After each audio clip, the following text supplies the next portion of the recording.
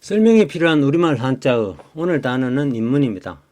이 인문은 천문과 짝을 이루어서 많이 사용되기 때문에 천문에 대해서도 같이 한번 살펴보겠습니다. 인문, 천문, 그리고 인문학, 천문학 마찬가지입니다.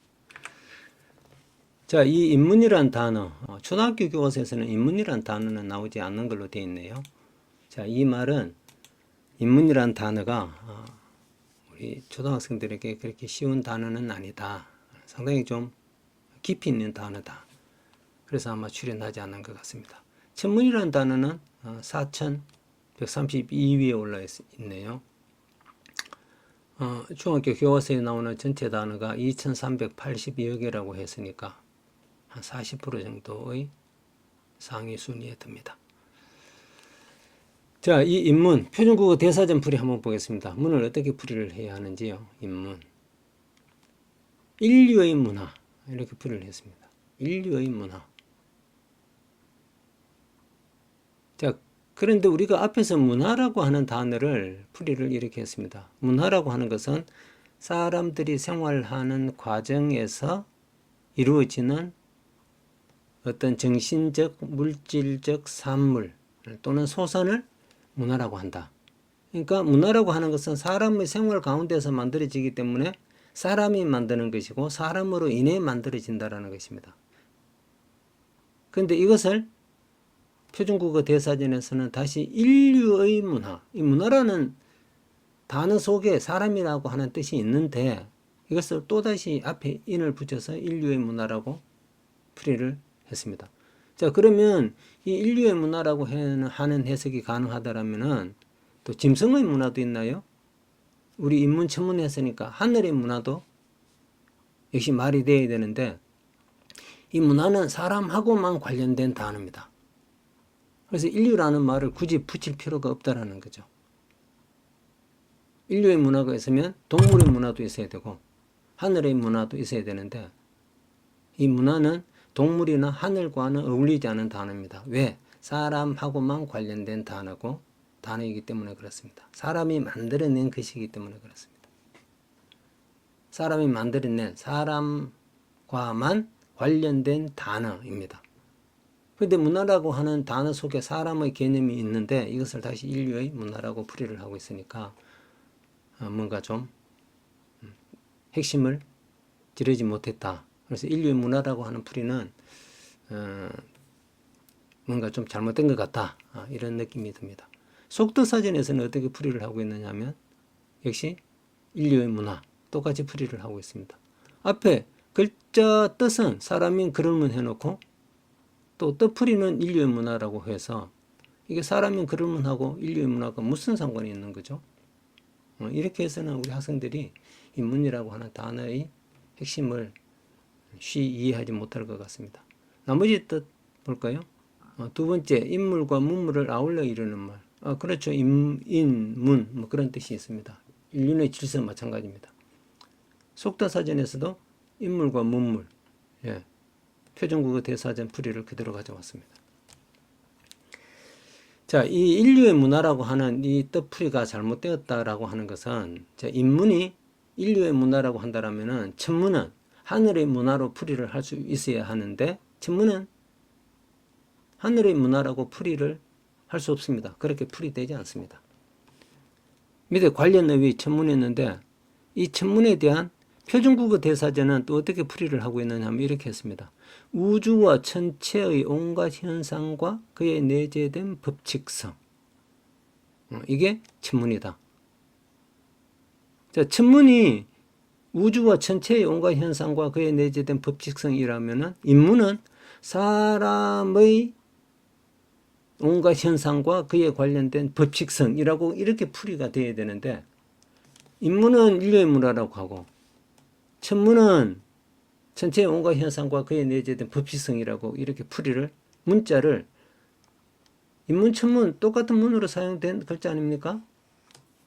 똑같이 사용된 이 글자를 왜 각각 이렇게 다르게 풀이를 하죠? 이렇게 다르게 풀이를 한다라고 하는 것은 이 풀이가 정당성을 갖지 못한다라고 하는 것을 반증합니다. 속뜻사전에서는 어떻게 풀이를 했느냐 하면 이 천문을요. 하늘천 문이문, 문이라고 하는 뜻으로 사용되었다. 이렇게 봤네요. 자, 그렇게 보고 속뜻으로 하늘의 문이라고 풀이를 했습니다. 자, 하늘의 문이 이것도 위에 있는 표준국어 대사전보다는 조금 근접한 것 같은데 여전히 핵심과는 좀 거리가 있다라는 생각이 됩니다.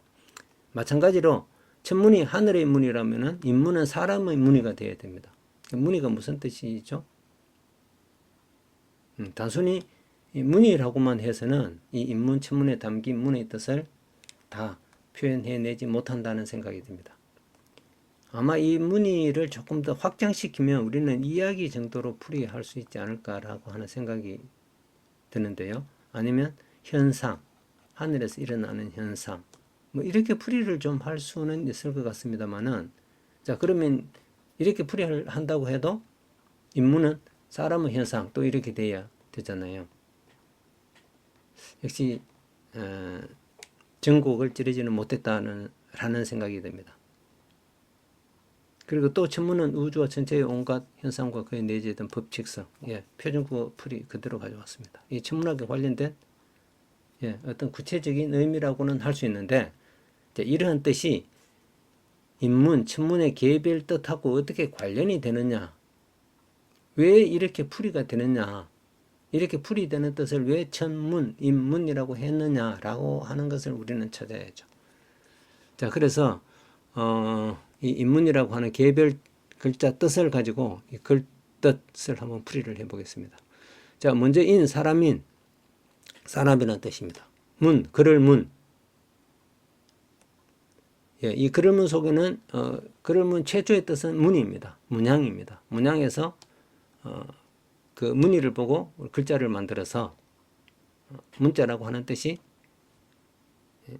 있고, 또 문자가 모여서 문학이 되어서 글문학, 뭐 이야기라고 해도 괜찮습니다.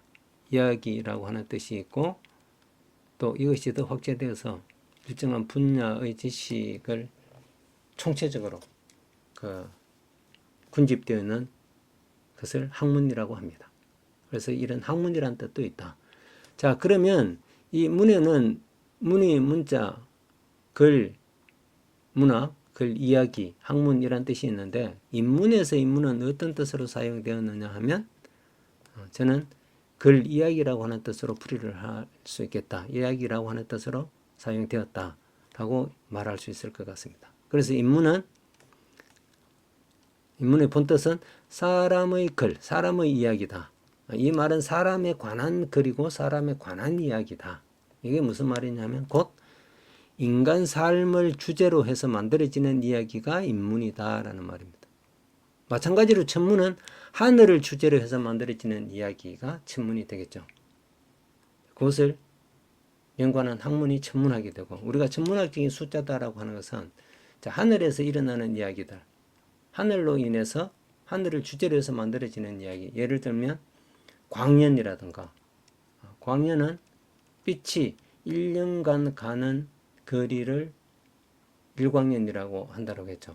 근데 이것을 수치로 나타내면 어마어마합니다. 빛의 속도도 우리 인간 사회에서는 잘 형용할 수가 없는데, 그 속도로 1년간 가니까 그 거리라든가 수의 개념이 우리 사람의 생각, 사고를 완전히 벗어난다라는 거죠.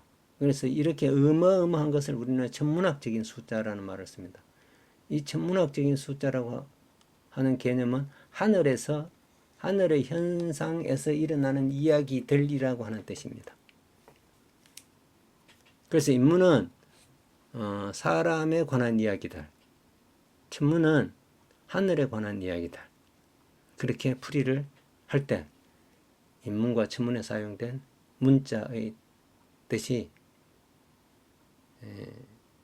우리가 정확하게 이해할 수 있다. 이렇게 말할 수 있을 것 같습니다. 자, 그렇게 한다면은 표준국어 대사전, 속도사전 다 인문과 천문에 대한 풀이는 핵심과 조금 벗어나 있다. 이렇게 얘기를 할 수 있겠습니다. 자, 인문, 천문. 인문은 하늘에 관한 이야기. 글, 이야기라고 하는 뜻으로 사용된 글자다. 천문, 하늘에 관한 이야기. 이렇게 풀이를 할 수 있겠다라고 정리를 하겠습니다. 예, 모두 수고하셨습니다.